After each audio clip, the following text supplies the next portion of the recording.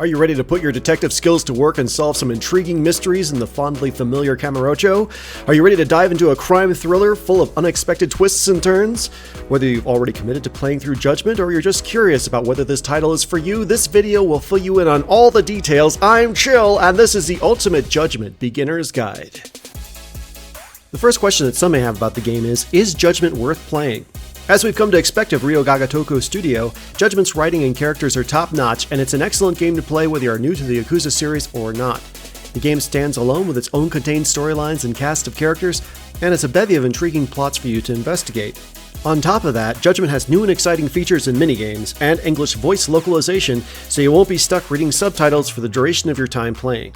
You still have the option for the original Japanese if desired. Is Judgment like Yakuza? The structure is very similar in that you run around the Kamurocho district of Tokyo getting into fights and helping out the locals. Occasionally you discover sub-stories and interesting side missions, but the game is very different when it comes to doing detective work, tailing targets through the city, and trying to solve various mysteries. Is Kiryu in Judgment? There are no Yakuza characters at any time in Judgment, unless you count Kamurocho as a character. Kiryu doesn't drop in for a cameo, nor is there any mention of him anywhere in the game. So how is Judgment connected to Yakuza? It's a spin-off based on a story by the franchise's longtime producer Toshihiro Nagoshi. It takes place in the exact same city as 2018's Yakuza 6, with the same shops and alleys and crime syndicate families, built with the same assets, on the same Dragon game engine. But other than that, it's a different experience. Does Judgment spoil Yakuza? No, as previously expressed, it would be impossible for Judgment to spoil anything from the Yakuza series, as it is a standalone title. While the Tojo clan does play a part in the main story, the details are nothing major or revelationary. Now let's dive deeper into the core gameplay. Though it isn't well explained in the game, you'll want to improve your reputation around town to unlock certain sections of content that would otherwise be inaccessible. You can do this by going to the handshake icons on the map and maxing out the friend meter by completing tasks. Know that almost every convenience store, called Popos, has a friend event, so be sure to stop in. After spending a fair amount of money there, your friend meter will max out.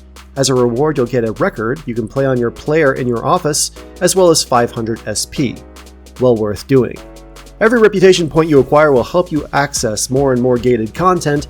This includes some of the more interesting cases you can get from the bartender. An easy way to find friend events is to push in the right thumbstick on the map screen. You can toggle through different map markers to see which friends you haven't established a friendship with yet. Yagami's combat styles are completely different than those executed by Kiryu in the other Yakuza games. Though the basic mechanics of blocks, dodges, and counters are pretty much the same, the way the moves are executed deviate. Yagami has two styles, Crane and Tiger, colored by blue or red. Crane is much better suited for multiple enemies when they're trying to surround you, while Tiger is much more effective for focusing down a single target, including bosses. Does that mean you can only use these styles for those purposes? No, they're flexible. The wall jump is among the most powerful finishing blows in the game. When first introduced, I thought it was much more complicated than it actually was. It works by simply running, pressing X, and going in the direction of a wall. When Yagami does, he'll run up the wall a few steps, then press an attack button to execute a blow against any enemy in the vicinity.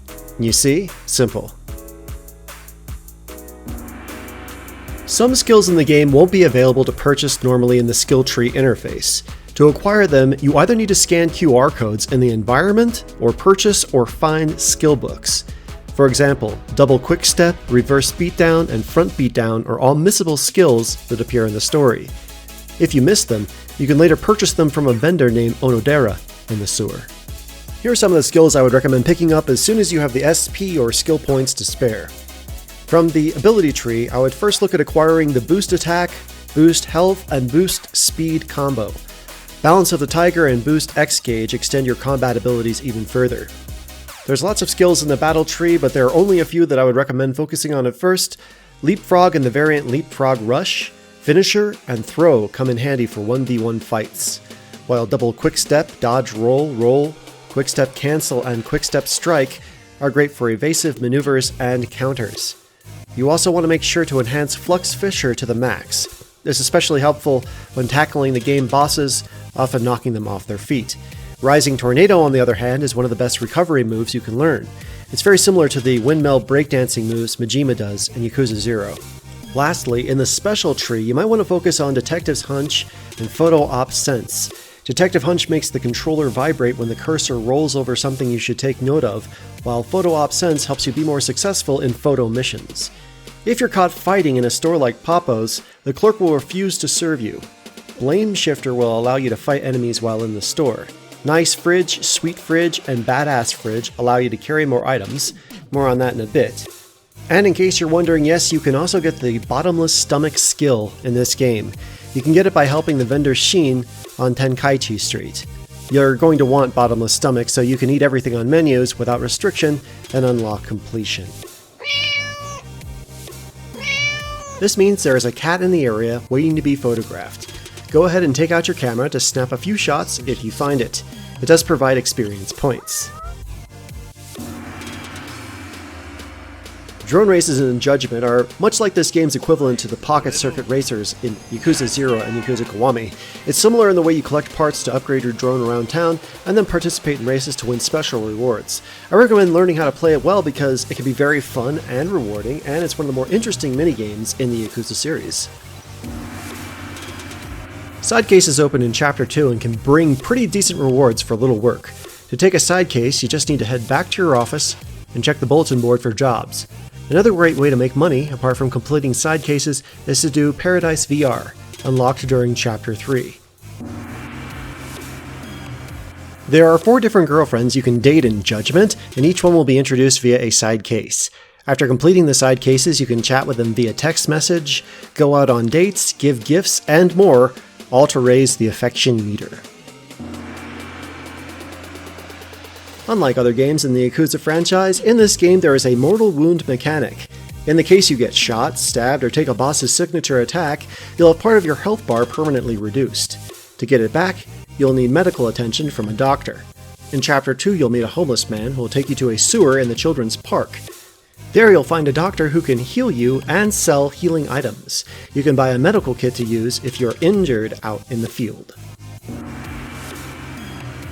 Just like other games in the Yakuza franchise, you can sell plates made of various expensive metals at a Bisu Pawn. It's located in the same place as other games taking place in Kamurocho, here. And here are a few more things I would like to add. Always remember to stock up on replenishing consumables when possible. If you don't stay focused, you might find yourself in difficult fights before you're really ready for them, so make sure to prepare before you head out to do some sleuthing. As mentioned before, upgrading the fridge skills will expand the number of recovery items you can keep on hand. Gacha items can be found in the vending machines in the arcade. They can be used to decorate your office as you see fit. See which items you can collect and put them on display. There are also some items in the DLCs you can use to decorate your room, including cats. Another way to get SP is by buying the Hug Bomb drinks. You can either buy from convenience stores or unlock through the Quick Starter app discovered in Chapter 6. Know that you can unlock Tiger Drop the moment you have access to the drone app. Here's where you go. Stand here outside the Champion District, open your app, and start the drone flight.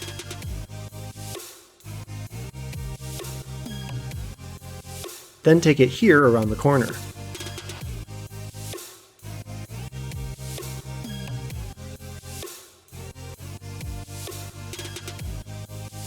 Now you just need 3000 SP to purchase it.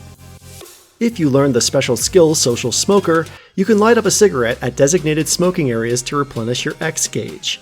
You just need to buy a pack of cigarettes from convenience stores.